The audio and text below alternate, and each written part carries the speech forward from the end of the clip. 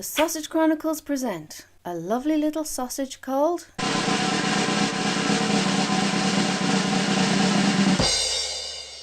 Karen.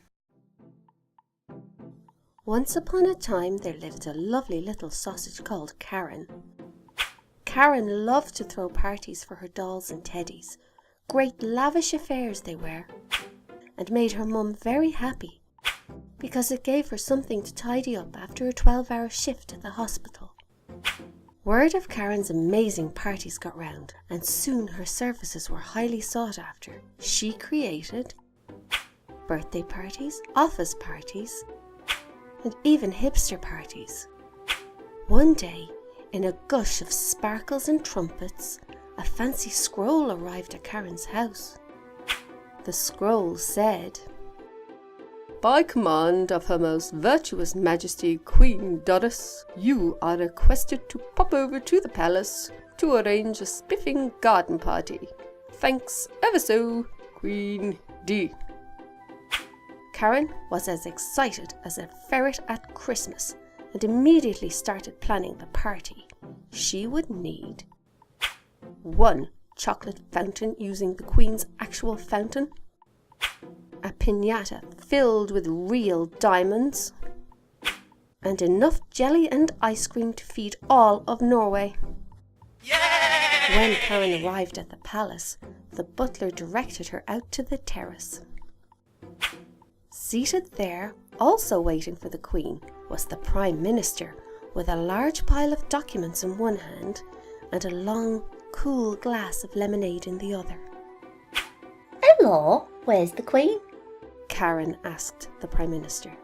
"Off doing her queenly duties or some such thing," said the Prime Minister, and took a long slurp from her lemonade.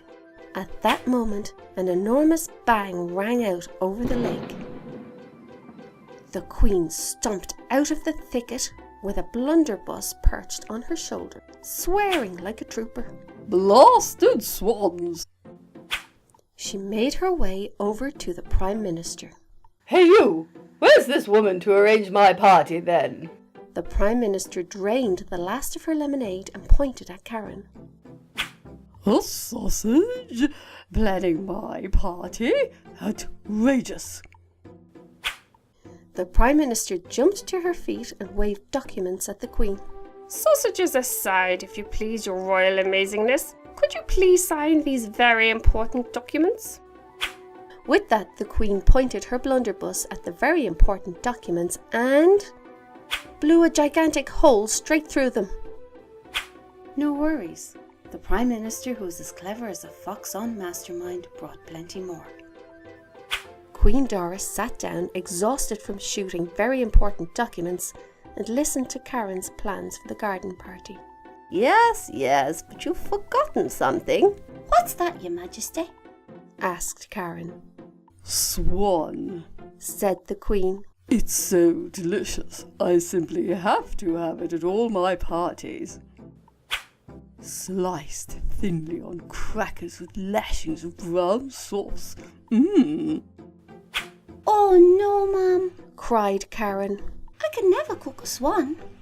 "Come along, you silly sausage," said the Queen.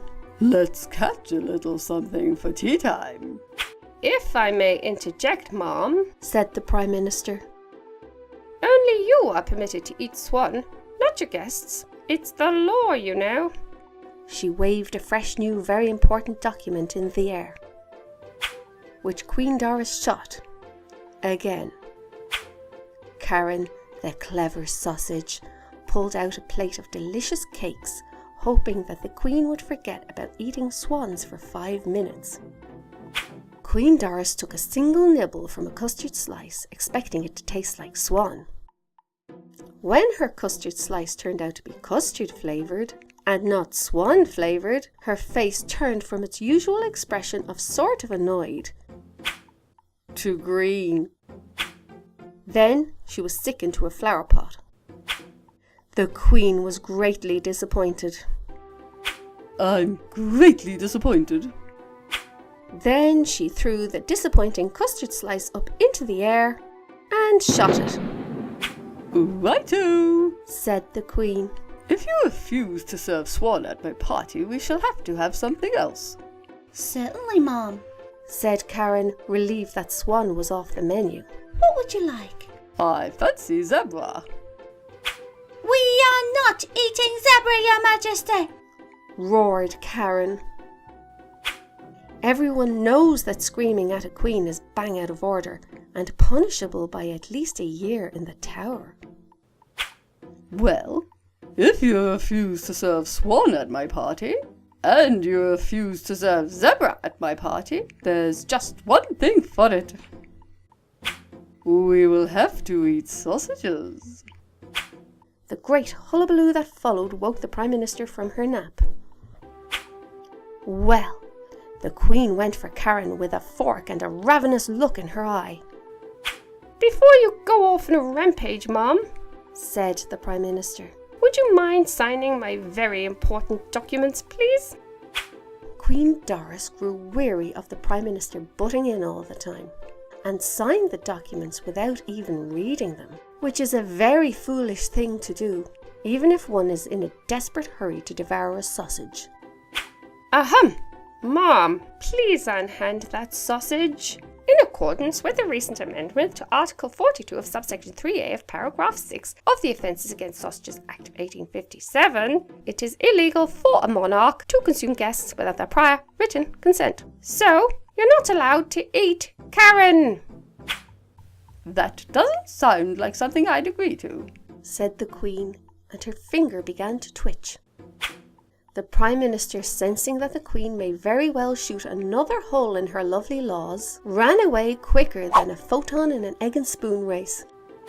Would you like cheese on toast, Your Majesty? Asked Karen. Yes, all right then. Said the Queen. The moral of this story is Norwegians shouldn't eat so much jelly and ice cream. These sausages don't have very sausagey names.